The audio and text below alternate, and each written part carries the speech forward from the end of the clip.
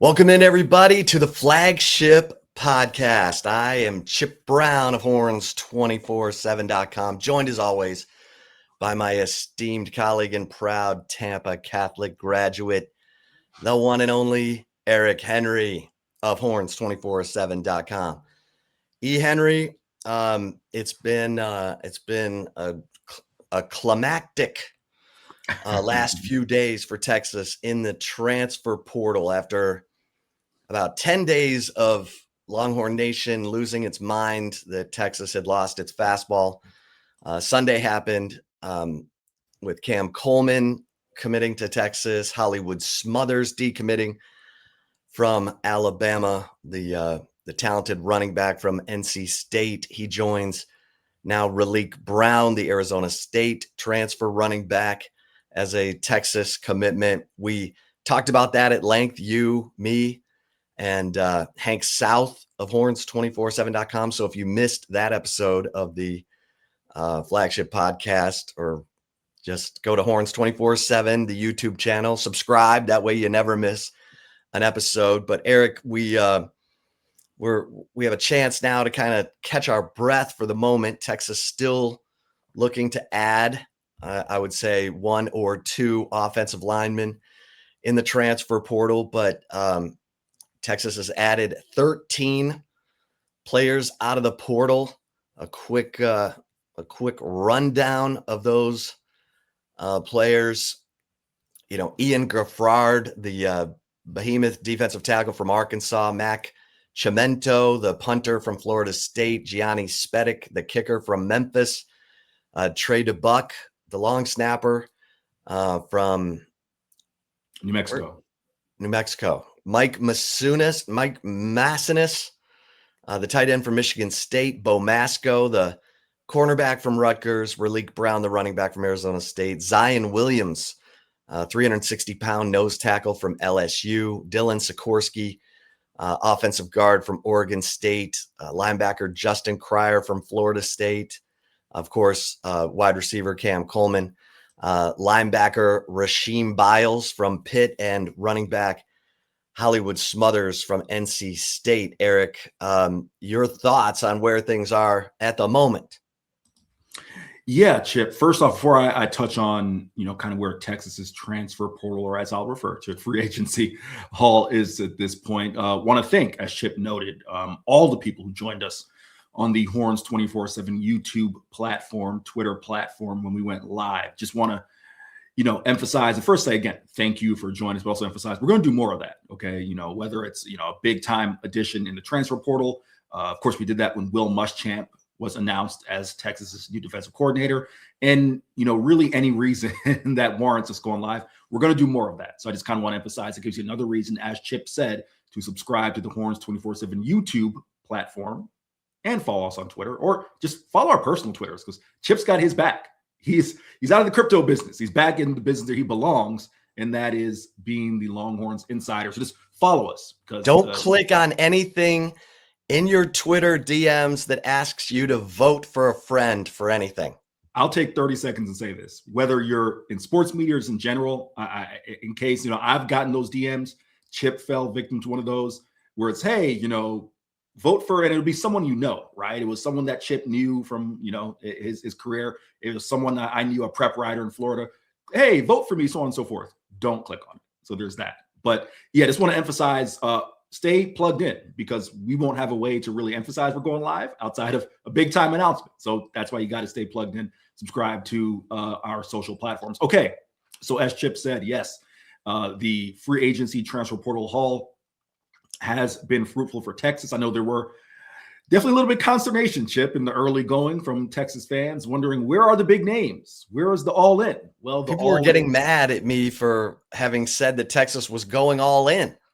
Chip, all you have to do is say is end that sentence. People are getting mad at you. I feel like over your career, you've had a lot of that, right? Just mad at Chip Brown.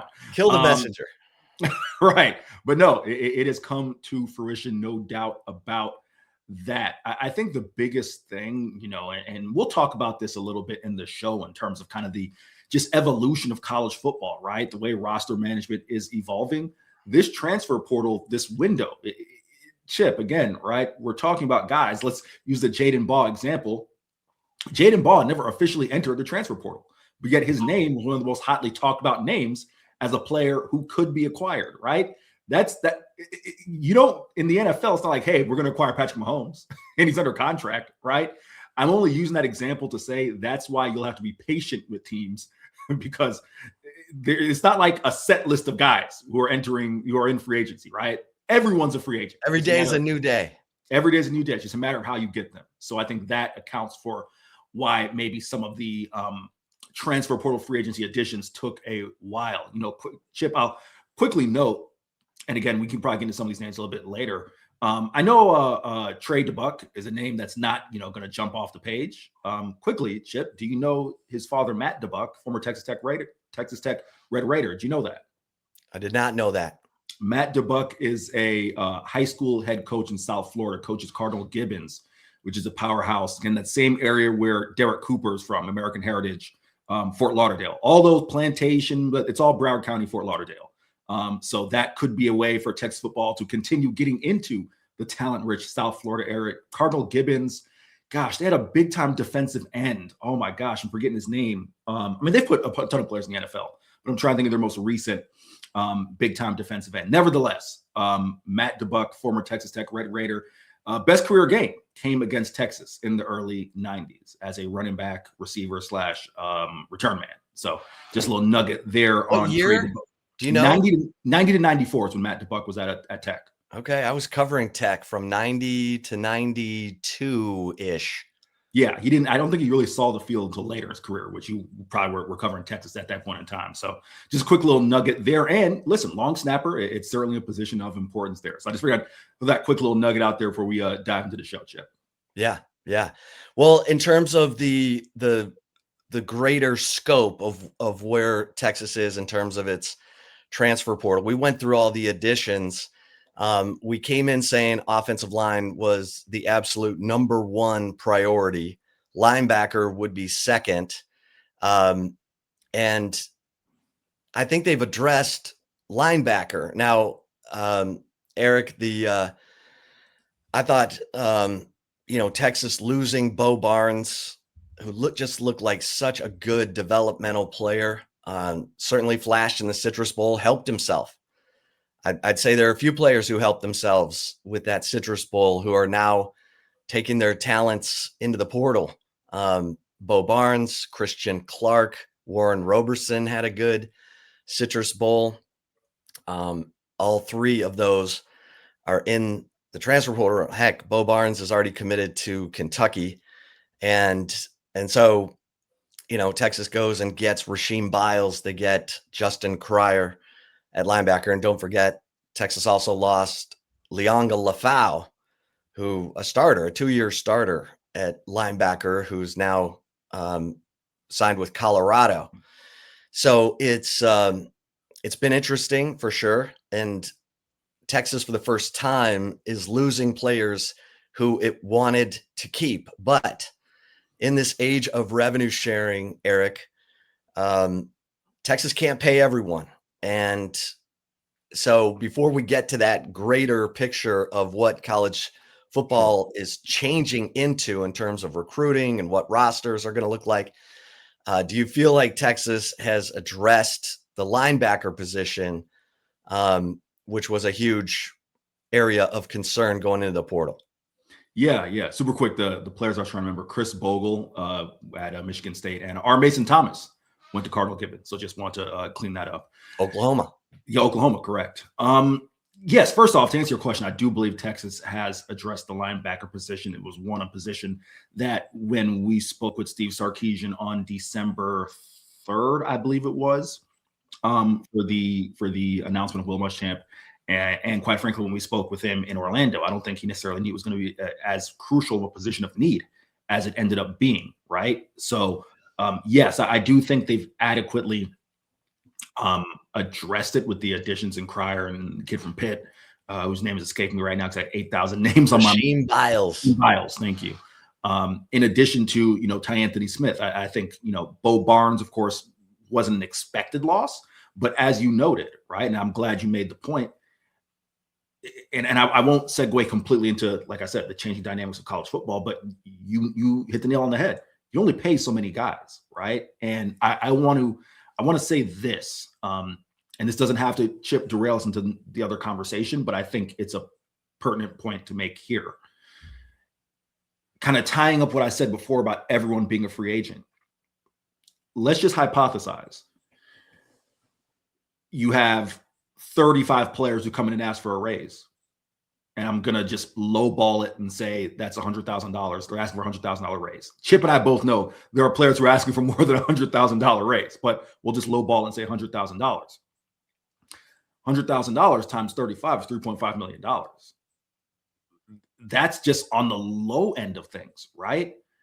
Because of that, you're going to end up with player movement. Here's the other factor, Chip. On any given roster, and I wrote this last week, you're probably going to have 8 to 10 guys who deserve raises, right? Based off their play. As a result, there's just not going to be the money for some guys to return. I think Bo Barnes certainly was one of those guys that fell victim. And Chip did a great job in the Insider, kind of outlining his specific situation. So check that out in case you haven't. But to your point, yes, I think I do think Texas has done an adequate job. Where I hesitate, and I guess I'm kind of rambling for a minute here, Chip, is it depends on if you believe Ty Anthony Smith is going to make that leap. Right now, I do. I think we saw it in almost the Orange Bowl, in the Citrus Bowl. If you look at Texas, the year I got here, started coming to the team, Jalen Ford was in place. Of course, the year prior, DeMarvion Overshown was in place. Texas has had really good linebacker play over the past 5, the Steve Sarkisian era and before, right? So the question for me is, if you believe Ty Anthony Smith is going to make that leap, I think Biles will play his role well. I think he's a standout player. Of course, say, he did it at Pitt. Okay, fair enough, right? I still think if you asked me, Ty Anthony Smith, Leonga Lafau, Biles, Ty Anthony Smith, I still feel, quite frankly, he might be in even better shape. That's just me. And that's no disrespect to Leonga. I know we're going to get into him a little bit in terms of him being the biggest loss so far. So when you frame it in that position, Chip, I think Texas is okay. But I want to make this last point super quick. Steve Sarkisian has talked about depth a ton, saying that if you're going to play 14, 15, 16 games, 17 games, you need depth. I think Indiana is showing it right now, Chip. Miami, that's kind of a different story, right? They're getting hot at the right time. I think Indiana is showing that you need depth. And I want to make this point and pass it back to you again. I know I've rambled for a bit, Chip. I apologize. I was talking with someone the other day about why, in my opinion, Indiana has worked. And they were like, oh, yeah, they took all the James Madison guys. And I said, let's clean something up. Kurt Cignetti is one of the better talent evaluators that I can think of after my time covering Group of Fives. He knew how to find a 2-star guy and be like, all right, that guy can be a 3-star guy at James Madison. But here's the rub, Chip. He didn't take all the James Madison guys. He took the ones he knew. All right, that's a 3-star. I think I can get them to a 5-star. Want everyone on the bus to Bloomington, all right? That's where talent evaluation matters. And that's where I think, to be clear, you can still sign players up and through fall camp, right? I think that's where the real work starts for Texas, finding that depth, not just at linebacker, but across positions, so that if you're going to play 14, 15, 16 games, you can hold up. Yeah, I always kind of refer to Gary Patterson, the former TCU coach, a guy who looked for great athletes, recruited speed, would bring in a running back and move him to linebacker. D. Winters is a great example. There are TCU players all over the NFL who Gary Patterson found, where other coaches didn't see it. Gary saw it and was able to evaluate, develop, and do it by recruiting guys that other schools weren't. Art Briles also had that ability. He went after RG3 as a quarterback. Others were going after him as a safety or a different position. And he was able to find those knew what he was looking for, found it. And I think Texas knows what it's looking for. Obviously, the big question right now is on the offensive line, because Kyle Flood had this great collection of developmental players who he and Steve Sarkisian were convinced could step in when they needed 4 new starters after losing Kelvin Banks and Hayden Connor and Jake Majors and Cam Williams.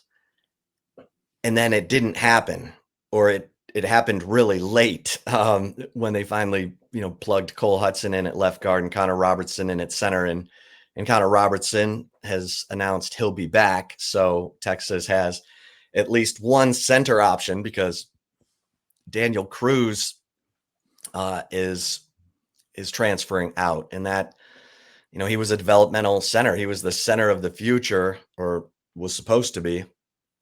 And so, that raises questions with Texas fans. What's going on with the talent evaluation at offensive line? And look, you bring in Cam Coleman, you bring in Hollywood Smothers and Raleek Brown, and you've got Arch Manning for what is likely his last college football season.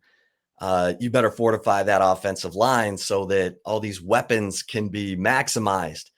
And I think Texas, everything we're hearing is that is still the plan. They're still culling the portal, and we were told, quote, they're coming.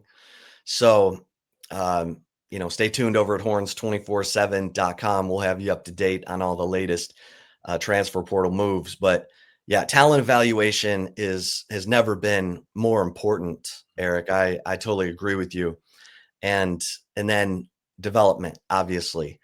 So, I think you lost Warren Roberson to the portal, and that hurts because he played really physical in that Citrus Bowl game. We know he's a good man coverage guy, which is what Will Muschamp likes. But Texas was able to pull Kobe Black out of the portal. Kobe Black, 6'2", right at 200 pounds as a corner. And Eric, he could get a look at nickel in Will Muschamp's defense, because Will Muschamp likes a bigger nickel, almost a linebacker light.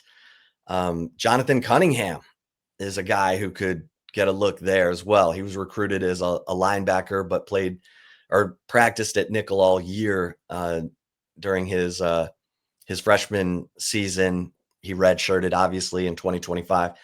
So, and then bringing in Bo Masco, a guy who Mark Orfe has some history with from Rutgers, 5'11", long, can run, has, played in the Big Ten, not going to be phased by, playing in the SEC. I think Texas, obviously the two big retainer, announcements, Jelani McDonald and Trevor Gooseby. So I don't think people lose sight of those guys saying that they're going to come back, because they both would have been coveted by NFL teams. So I think as far as addressing needs in the portal, it seems like everything is there except for the offensive line. They're going to have to add more, strength and experience to the offensive line to maximize all these weapons, Eric. Yeah. No, I'll be super quick because there's going to be a lot to cover here. Starting with the nickel, the retainment of Kobe Black. I'm not going to say re-sign. I was going to kick Chip. I've seen some schools say, we've re-signed such and such. Like, re-sign to what? Like, if you want to make that known, we would love it, Chip. If you want to tell us what you're re-signing them to. But no, the retainment of Kobe Black. I like Will Muschamp. That's the only time I'm ever going to compare myself to Will Muschamp. Like a bigger player at nickel. The ideal for me at nickel would be someone, and granted, listen, everyone can't be Ed Reed or Bob Sanders or guys like that, right? But or Sean Taylor. Sean Taylor, and I know Bob Sanders is a bad example because he plays bigger than his size, right? But I want someone who's 6 foot plus, north of 200 pounds, can tie the front end with the back end, can cover, can play and run support, right? Basically asking for a player that every defensive coordinator in the nation would want, right? But Jahdae Barron's a great example. He's someone who could do all those things, but Jahdae, is not 6'2", 6'3", 210 pounds, right? Jahdae's kind of the exception to the rule there. So I'm intrigued by the idea of Kobe Black at nickel, just to kind of tie that up there. And yeah, we can't mention offensive line enough, because that's the last thing. I should say it plainly in case I haven't. None of this matters if the offensive line isn't together. None of this matters. None of it matters. I'm saying it 3 times, because I don't care how great Cam Coleman is, Raleek Smothers. There's only so much you can do. Chip, I just watched a playoff game last night. I'm not comparing the Pittsburgh Steelers offense to what we think Texas's offense will be, because that's probably going to get Mike Tomlin. I haven't watched, coverage this morning. It may get Mike Tomlin out of a job, that offense. But my point is, I saw Houston beat Pittsburgh with a 4-man rush, right? If that offensive line is not there, it doesn't matter. I'm not telling the audience anything they don't know. So that has to be addressed. But if that can be addressed, then I think you really have set yourself up in position to, kind of not only win the offseason, right, which is one of those cliche things, but set yourself up in position to have a good, strong spring and then go into fall camp. Yeah. Well, and I think we learned something valuable from the first week of the transfer portal, when schools like Texas, Alabama, Ohio State were seeing a lot more guys leave the program than come into their program. And that is the programs that have been recruiting at a high level for the last 3-4 years are losing their developmental players, because there are schools who know that there are backups on teams like those that would start at their school. And so they're making their pitch and their rev share offers accordingly. And Texas is not going to be able to pay everyone. I wrote about this a couple weeks ago, right as the portal was opening, from a source inside Texas who said, you're really only going to be able to pay the 44 in your 2 deep. And that's if you're evaluating and developing the way that you should. And so the concentration of your money is going to be in the 44 in your 2 deep. If you have big money invested outside of your 2 deep, then those guys are probably going to move on. And I think we're seeing some of that, with guys like Jamie French, leaving. He was a, highly touted receiver in the 2025 class. And you can't pay everyone. So you've got some interesting things going on, like at linebacker. People are like, why is Lianga Lafau leaving? Well, you got Tyler Atkinson coming in. He's a high dollar guy from out of high school. And you really have to be on point with your high dollar guys out of high school, Eric, because those guys have to come in and contribute and show you that they are everything that you expected or projected them to be. Because if not, then you're going to have to give them a pay cut in year 2, which we've seen. And a lot of that then becomes, how are you communicating that to the players so that they still feel valued and respected?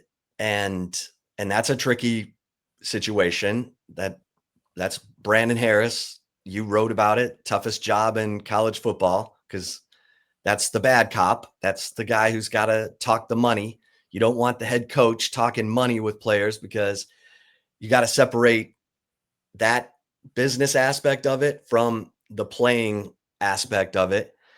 And that coach player relationship doesn't need to be tainted by, well, man, you held me up for money, or you lowballed me for money.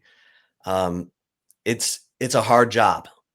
These are all hard jobs. I mean, college football, you thought college football head coaching was a hard job before, when it was just trying to get guys in for official visits in the spring, in the summer. It's kind of a never-ending calendar.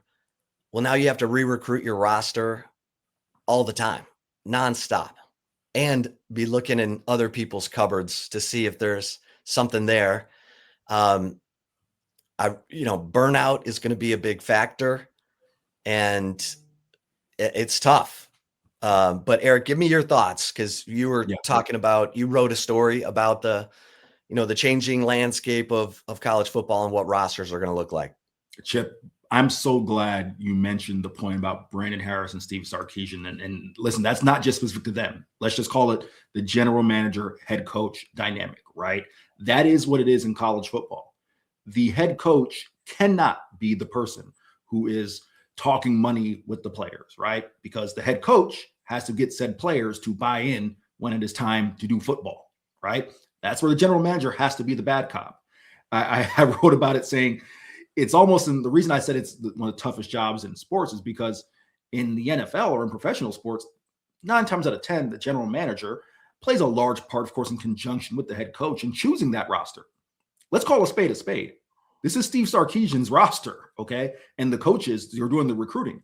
Brandon Harris just has to be the bad cop and talk the money, right? I'm not saying Brandon Harris, of course, for those who may not know, I'm sure there are not a ton who don't know this, but Brandon Harris, former quarterback, LSU, North Carolina, assistant coach, I'm sure he plays a role in the talent evaluation, but at the end of the day, it's Steve Sarkisian and the coaches on that staff, right? So he just has to play the bad cop. But what I wrote about specifically is some of the angst around Texas's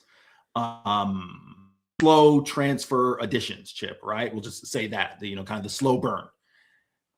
Listen, you're going to have to get used to A, it taking a while, and B, seeing day after day after day, Jamie French leaves,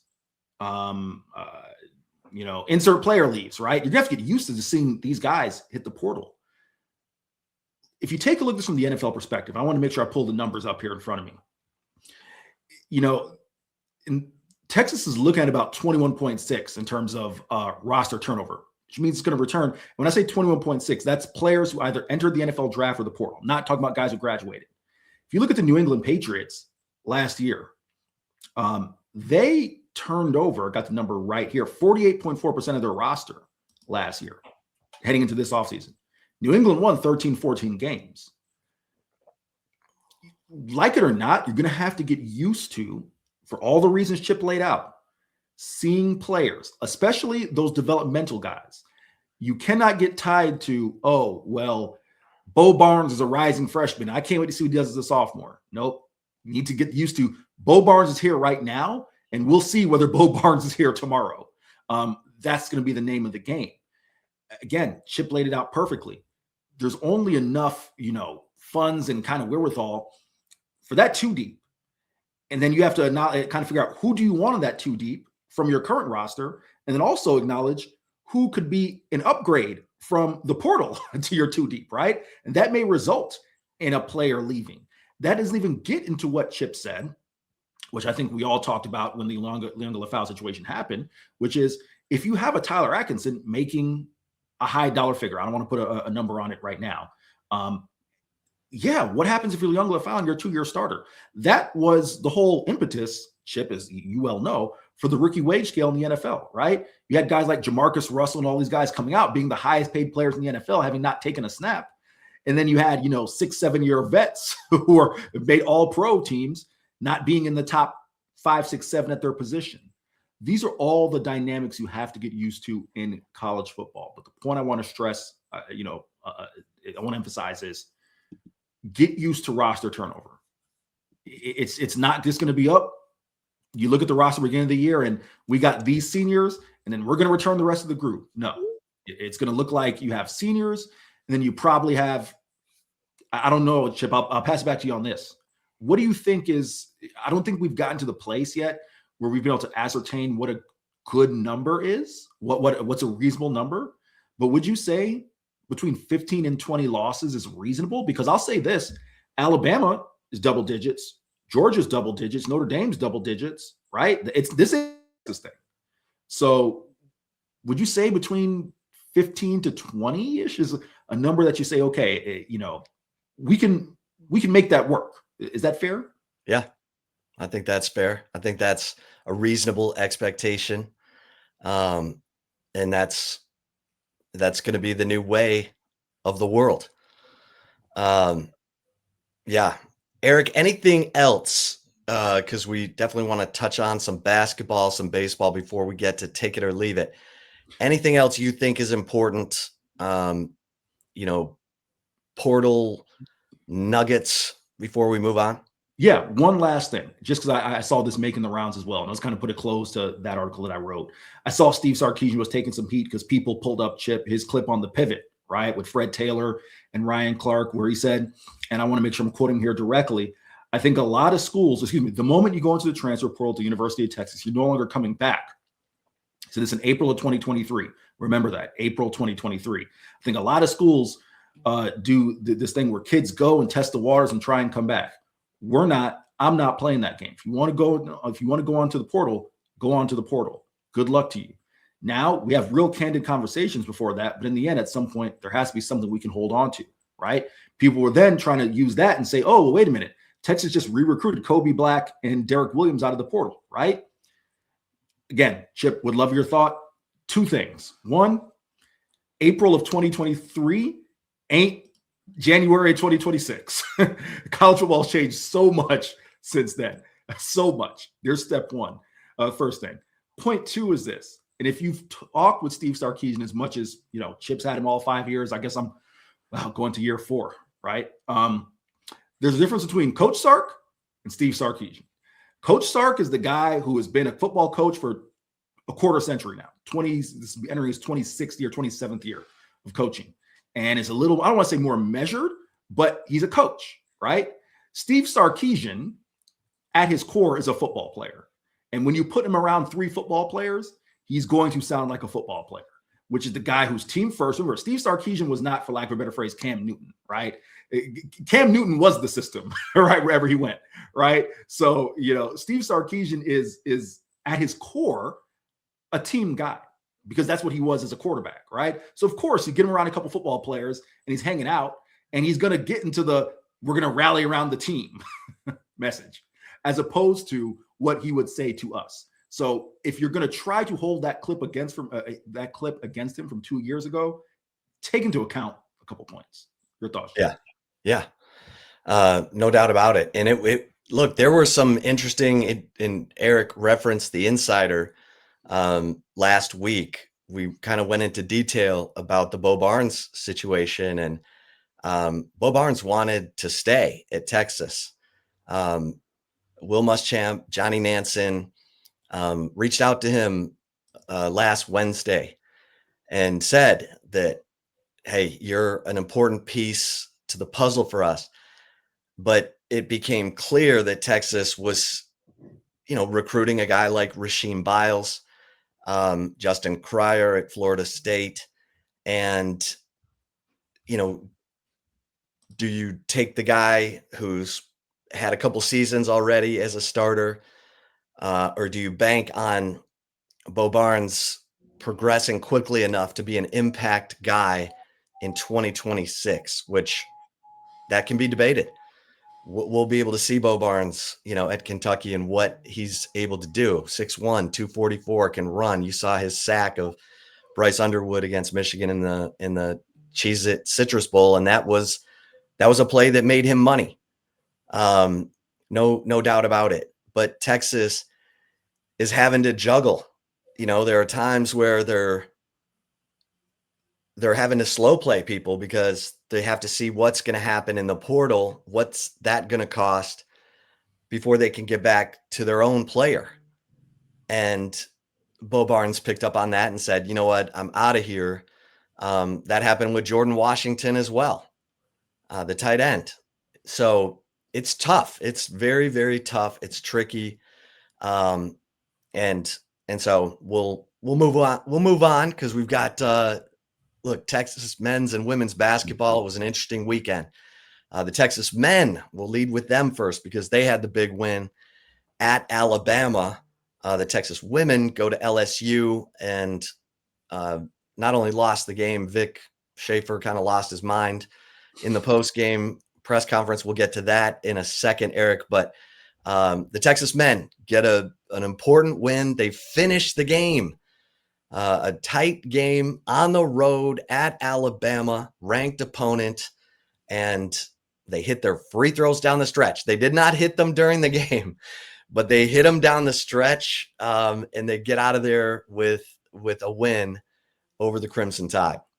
Chip, I'm not going to let you off the hook that easy. Typically, I do a lot of talking about the basketball team. I'm going to pass the rock right back to you. Jordan Pope, Chip, your thoughts? Jordan Pope. Jordan Pope, he's for Texas fans, they're going to remember A.J. Abrams, scorer. He's a scorer. And he's not a point guard. So you and I both kind of looked at each other when Sean Miller said, he's our point guard. We're like, whoa, slow down here. Wait till you get a bigger body of work here. I mean, Jordan Pope was on against Alabama, and thank goodness, because he also hit the last 4 free throws and didn't clank them like Dalen Swain did against Arizona State and like Tremont Mark did against Mississippi State when they needed him desperately in the final seconds of the game. But Jordan Pope can shoot you into a game. He can shoot you out of a game. That's on Sean Miller to determine, but he's just not a point guard, Eric, in my opinion. But hey, that's another conversation. Let's celebrate talk about this win, because it was important. And Sean Miller had just sat a bunch of guys for lack of effort. Yeah, against Tennessee. I'll pick it up there. I just had to get your thoughts on Jordan Pope, because I know we've had plenty of conversations about him as the point guard. This is the thing about him, right? I'll pick it up there and then work in reverse. Jordan Pope, as we've all noted, he's a scorer, right? 28 points, 6 of 13 shooting from 3-point range. What Jordan Pope does well for this team is he doesn't turn the football over. He doesn't turn the basketball over, right? It's only averaging 0.5 turnovers per game. Will he average more than 3 assists for this season? No. Might not average more than 2, but he protects the ball. Right. I think that's where Sean Miller realizes I don't have a Sean Miller at point guard who averaged, 12 points a game, but give you 6-7 dimes for Pitt back in the day. Right. I just need someone to protect the basketball. But working backwards to the bigger picture, the Tennessee game was ugly. Jordan Pope was sat for the final, I want to say 16 minutes of the game. Dalen Swain sat for the final 13 minutes of the game. Modest Fokatitis, same thing. He sat guys for effort. And we'll get into this a little bit later in the show when we talk about whether we believe this is a bubble team or not. It is unnerving to be talking about effort 15, 16, 17 games of the season, especially at the start of SEC play, especially, Chip, this is not a young team. Believe it or not, and I don't have the KenPom in front of me. Usually I have KenPom pulled up, but I think KenPom has Texas is like the 8th or 9th most veteran team in the nation. These are not a bunch of young guys. These are all vets who should be like, yo, we're trying to show something for the next level or for whatever to extend our basketball lives, right? So that was unnerving. They respond in Coleman Coliseum against the number 13 team in the nation, hostile environment. They managed to take Alabama out of that game pretty early, right? Now, Bama, don't get me wrong, Bama made their pushes. They were able to tie the game in the second half, had a chance to take the lead, the free throw line, weren't able to do that. They missed 2 free throws. Texas led by as many as 13 in the second half. But you have to appreciate the way, again, this team fought. Dalen Swain. Dalen is a guy, Chip, who, just full disclosure, we're recording this on January 13th, Tuesday. We're going to talk to Dalen Swain in an hour. Dalen has all of the physical gifts, but I think he's kind of the archetype of the natural college basketball player today, right? Which is long, athletic, but the I don't want to say consistency, but you may have a night where you get 5 points and 2 boards from Dalen Swain, because I think it's raw. I think that's what I'm looking for. His game is still raw, right? It's not like he's not. This is a horrible example, but he's not Kevin Durant. When Kevin Durant was on the 40 acres, he's getting 20 points a night every single night, right? I know who is Kevin Durant, so I apologize for 20. That. Excuse me. Right. That's shorting 26. No. That's shorting him. I know that's a horrible example because who is Kevin Durant? But what I mean is the consistency isn't there because he's so raw. But Dalen Swain is a guy who, when he's on his game at his best, it's not necessarily 30 or 14, but if he can give you 15, 16 points, 8 boards, get his hands in the passing lanes, does great things there. So it was a win that Texas needed. They could not afford to go to 0-3 again for the second straight season, to go 0-3 in SEC play. They got Vandy coming up. It's not getting any easier, right? But this at least provided a glimmer of hope that if this team plays with the effort that Sean Miller desires and can hit some threes, that they can compete, Chip. Yeah. I thought, we've kind of been looking at Sean Miller here with his post-game comments. If I tell you not to cross the street and you cross the street and get hit by a bus, I told you not to cross the street. And he was not happy with his team making repeated mistakes that had been coached in practice and communicated in his mind, what we were hearing from him. And sitting those guys against Tennessee, you wanted to see, okay, are they going to respond, or is he lost this team already? And so for them to respond the way that they did, you mentioned it, Pope with 28 on 8 of 17, shooting 6 of 13 from 3. Dalen Swain with 18, and, Matis didn't have a big scoring night, but hit a couple free throws late that they really needed. You wanted to see them respond, and they did. And so now we got to see it go up from the air. The sign of a well-coached team is week-to-week improvement. So now we wait to see if they can build on what they've just done. The Texas women went to LSU and had one of the strangest games. Not strange we hadn't seen Madison Booker get into foul trouble early since the Final Four. And she picks up her second foul a minute into the second quarter. She doesn't play another minute of the second quarter. Justice Carlton picks up her second foul 2 minutes into the second quarter, doesn't play another minute of the second quarter. And Texas ends up trailing by 5 going into halftime.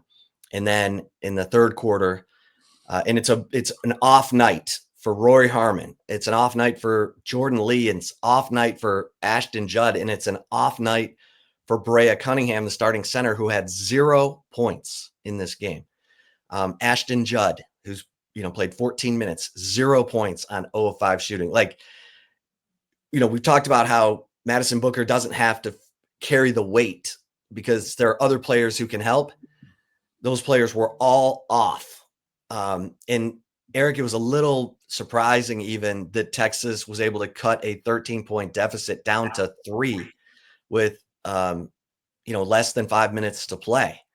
They were in this game. They had a chance, but Rory Harmon, the 5th-year senior, all conference, all-time assists leader, almost all-time steals leader, was so ineffective that Vic Schaefer sat her for the entire fourth quarter and rolled with Breonna Preston. And when he was asked about it after the game, he said, well, we played better, didn't we? And Vic was in a mood. There's no doubt about it. He hates losing to Kim Mulkey. He hates losing, period, especially when his team has played so well in some of their other victories against UCLA, South Carolina. After the game, he said, it's the worst we've played all year. And now I got to go to South Carolina.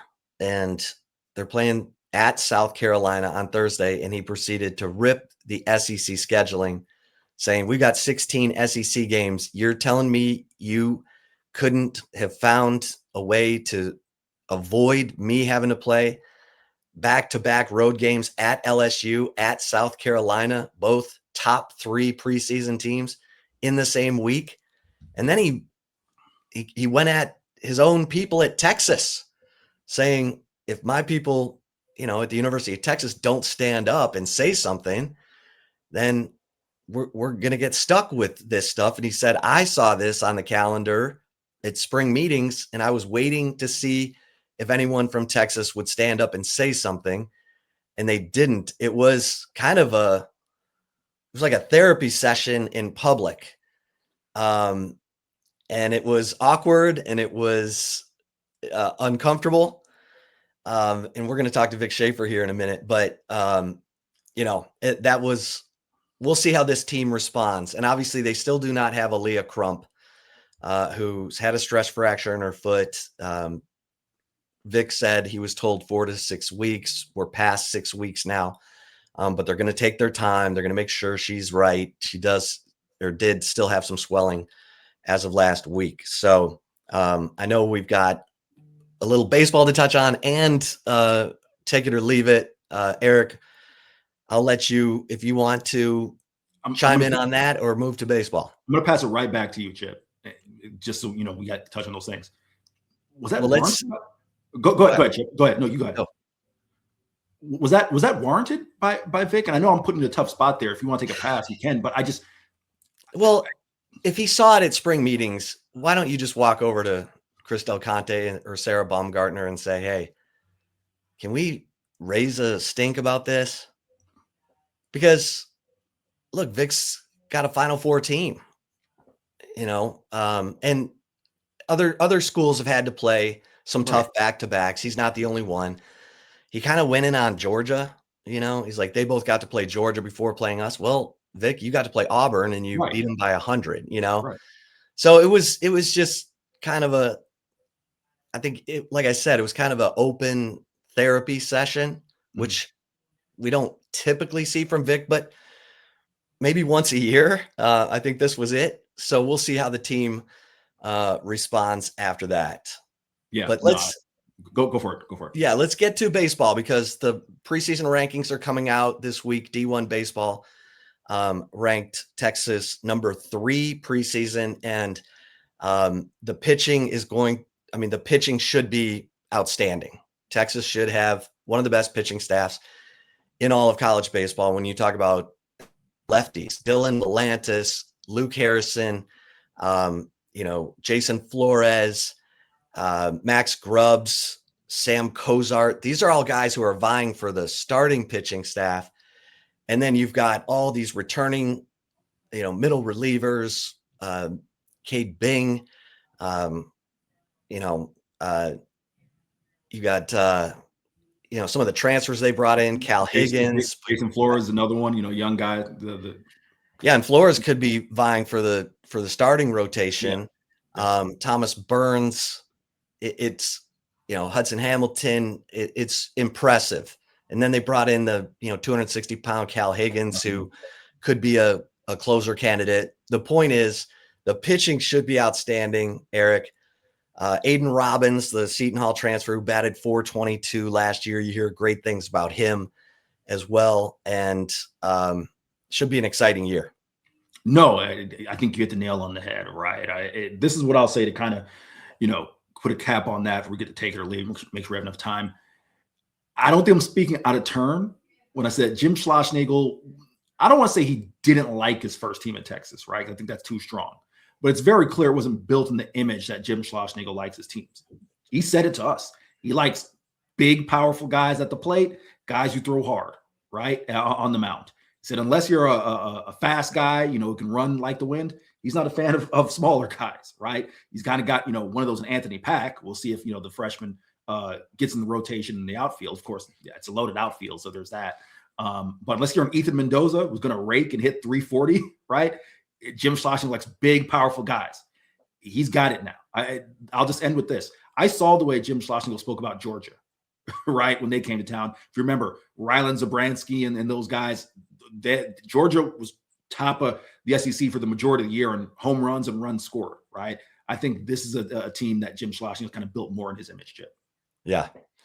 All right, let's get to some take it or leave it. Everyone's favorite part of the show. We'll do that next, right here on the Flagship Podcast.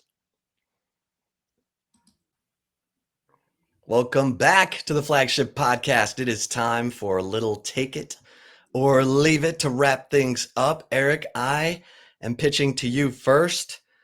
So the departure that hurts Texas football the most is Lianga Lafau. Take it or leave it. Chip, I'm torn on this. I am going to say, take it. The reason I was torn is because I I wonder how, Chip, the locker room is going to respond to Contravian Wisner being gone. And I'm not saying this is going to be, oh my gosh, we're going to revolt against, the program type thing. Trey Wisner was a popular guy, leader on that team, so when players respected.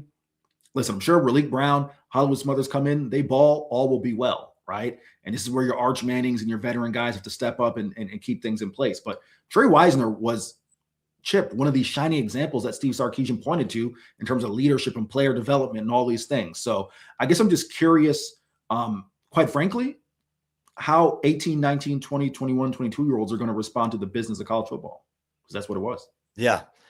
Well, I'm going to leave it and say Contravian Wisner for all the reasons you just said. Steve Sarkisian called him one of the toughest guys on the team. He obviously stepped up big in the rivalry games the last 2 years against Oklahoma and Texas A&M, and the juice that he brought to practice every day.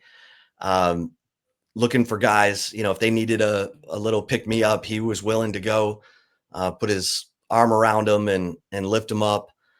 I think those are the intangibles that when Steve Sarkisian talks about culture, he was the ultimate culture warrior. So I'll say Quintravian Wisner for those reasons, not so much that he was a dominant player at his position. He was a really good player at his position, a lot of heart and soul. But a lot of the culture that Texas has, built its success around, he embodied that in my opinion. All right. Take it or leave it. Number 2. Take it or leave it. Number 2, Texas men's basketball. The Hoops win at Alabama makes you think the Longhorns are more than an NCAA tournament bubble team. I am laughing through the question. I apologize to Sean Miller and company. Take it or leave it, Chip. Well, I figured you would laugh at this. I'm going to leave this. I need to see more. I need to see consistency. I need to see improvement. Texas has some tools, Eric. Just can they get them tied together? Can they connect? Can they look like they enjoy playing with each other? I think Tremont Mark has elevated his game. He's a guy who needs to be a central figure in whatever success Texas is having, because he sees the floor. He can do a little bit of everything. How are they incorporating their number 4 position, which has been Cam Heide? Some days he's a factor. Some days he's a total non-factor. So I'm going to leave this. Eric, what say you? Chip, I'm going to leave it as well. Listen, I thought that, quite frankly, they could be more than a bubble team, which is what I thought they were entering the year. I thought they could be more after the Duke game, which they played incredibly well for a half and change. And then Sean Miller analogized them to a little child having to hold their hand from them running to the street. Sean Miller did that, not me. So, yeah, the win is good. I think it shows that they can compete, but doesn't take them quite off the hook yet there. So I'm leaving it, Chip. Yeah. Okay. Take it or leave it. Number 3, Eric, Texas women's basketball is your favorite to win the national championship. Is this from last week? Oh, do I have the wrong one in there? Let me triple check. Oh, yeah. Here we go. Chip, I'll read it off. No, that's on me. Sorry. I'll read it off here. The actual question is the transfer edition not enough people are talking about is Michigan State tight end Mike Massanis. Take it or leave it, Chip. I apologize. No worries. You know what? I will leave this. I think the transfer edition that not enough people are talking about is Ian Gaffard, the 387-pound defensive tackle from Arkansas. Gaffard he's exactly what you want in terms of just being a 2-gapper, a one technique who can play over the center and stuff the run in the SEC. So I'm going to leave this. Eric, what say you? All right. I know you're up against the clock here to go talk to Vic. So I'm going to leave it. I think Bo Masco is the one who played, but not talked about enough. I know he came right before kind of the haul of Malik Brown, Hollywood Smothers, Cam Coleman, but Bo Masco, everything I've heard from Kissimmee, from our neck of the woods, my neck of the woods there, everything I've heard is that he is a stud from Kissimmee, Osceola. So I'm going to leave it and take Bo Masco. All right. There you have it, kids. Thanks for listening to this episode of the Flagship Podcast. Please like and subscribe to the Horns 24/7 YouTube channel so you never miss an episode of whatever we're breaking in to talk about. And of course, until next time, we'll see you over at Horns247.com. Make sure you become an annual member so that you get VIP access to all the team sites on the preeminent 24/7 sports network, and you get a lot of other goodies too. So become an annual member. And for Eric Henry, I am Chip Brown. Till next time, stay safe and keep the faith.